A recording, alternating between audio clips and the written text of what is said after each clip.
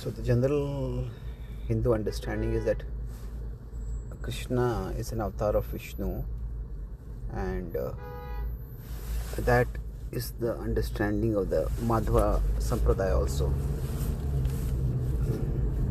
from which with which we are connected. So, but then our tradition, the understanding is that Krishna is the source of Vishnu. So how is this contradiction to be seen? And so there is in the Vedic tradition an understanding that the ultimate reality has many revelations, and Arjuna also says to Krishna that even after Krishna has spoken the Bhagavad-gita, Arjuna says, I accept everything you say, that sarvam etadritam manye, and yet he says that also that I can't, even the Devatas can't understand you. Name vidu surgana. Krishna has said that, and he says, even the Devatas don't understand me, and Arjuna also acknowledges that. Nahite bhagwan vyaktim vidur devana danava. And then 10:15 he says, Swayam evatmanatvatam vitta. Swayam evatmanatmanam vitta tvam purushottama. That you alone know yourself, O Lord. So the idea is that God is always greater than our conceptions of God. And that is why it's important not to become excessively arrogant or fanatical about our understanding of God. The reality of God will be always greater than our realization of God. And sometimes right now we may not even have realization. All that we have is a conception. So I know the direction. So that means the source of understanding of God is coming from God. Ultimately it comes from God, but it's we with our finite capacities try to comprehend it. Now scriptures themselves are very vast, and in different traditions there are different scriptures that are considered more important or even most important. This is called Taratamya. Taratamya is, you could say, hierarchy, arranging of scripture in a hierarchical progression. So in the Sri Sampradaya, for example, Vishnu Puran might be considered most important. In our Sampradaya, the Bhagavad Puran is considered most important. So depending on which source of revelation is considered more important, the vision of the absolute corresponding to that scripture will be considered the ultimate in that tradition. So if you look at the Bhagavatam, it does describe how, as there's a chapter also, Krishna is the source of all incarnations, and there are specifics about how Krishna is the source, which are described in the Gaudiya literature, in the Chaitanya Charan Prabhu and other places. In general, in the Vedic tradition, it's understood, specifically in the Bhakti tradition, that the followers, the worshippers, the devotees will often want to and need to, for the sake of being fully devoted to a particular manifestation of the Lord, for that purpose they need to consider that manifestation to be the highest. And so those who are worshipping Vishnu will consider Vishnu the highest. there are Ram Bhaktas who consider Ram as the source of all avatars also. And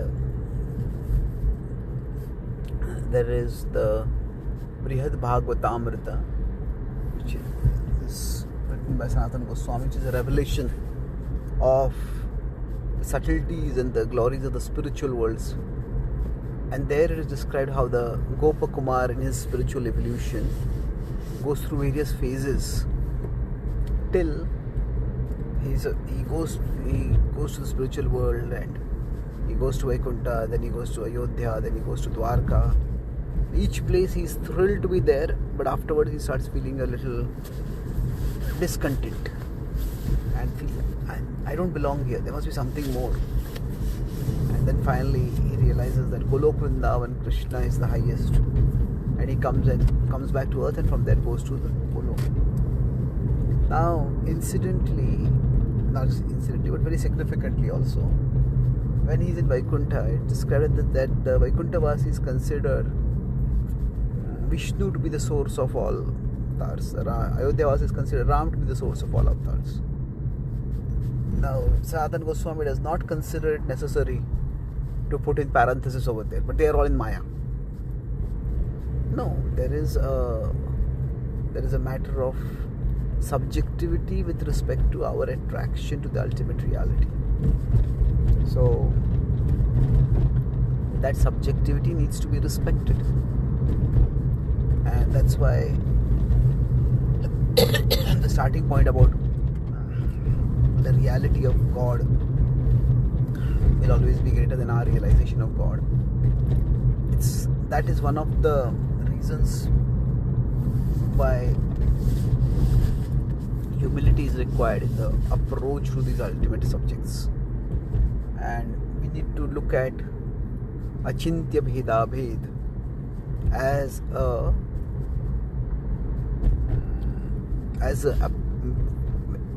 way to approach this ultimate reality. There is a time when we need to emphasize the Bhed. In our tradition, we will be worshipping Krishna. If we go to Vishnu temple, we will offer respects. But in our tradition, we will be worshipping Krishna. But there are times when we need to emphasize Abhed also. So, if somebody is worshipping Vishnu and they consider Vishnu as the source of Krishna, that is not something which we have to get into an intellectual war over. Mahaprabhu had both approaches. When he went on South India tour, there were two Ram Bhaktas he met. One of those, by getting inspired by Lord Chaitanya, became a Krishna Bhakta. The other was so devoted to Ram that he was in agony at the very thought that Ram's consort Sita had been touched by the evil demon Ravan. And Lord Chaitanya searched for a scriptural reference found in the Matsya Purana reference, and came back to him to show him that actually it was the Maya Sita that was touched and not the real Sita. And it's not that after that he became a Krishna Bhakta from a Ram Bhakta. Mahaprabhu appreciated as a Ram Bhakti itself. So there is that understanding that if somebody is very deeply fixed in a particular path, we don't need to change that. Now, in our tradition, it's explained that Krishna has 4 qualities: Roop Madhuri, Leela Madhuri, Venu Madhuri, and like that, which are not there in the other manifestations. But that's one analytical frame that Rupa Goswami has used. Now, some other tradition might use some other set of scriptures and some other analytical frame to arrive at an alternative understanding. So we don't have to make this a matter of too much conflict. So to summarize 3 things: we can't know with absolute definitiveness what is the absolute reality. Second is, depending on which scriptures are emphasized, certain understandings will be claimed to be as revelations. And because it's a matter, thirdly, because it's a matter of personal relationship, there will be an element of subjectivity in terms of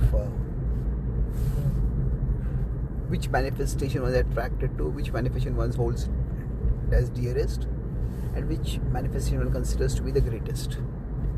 And such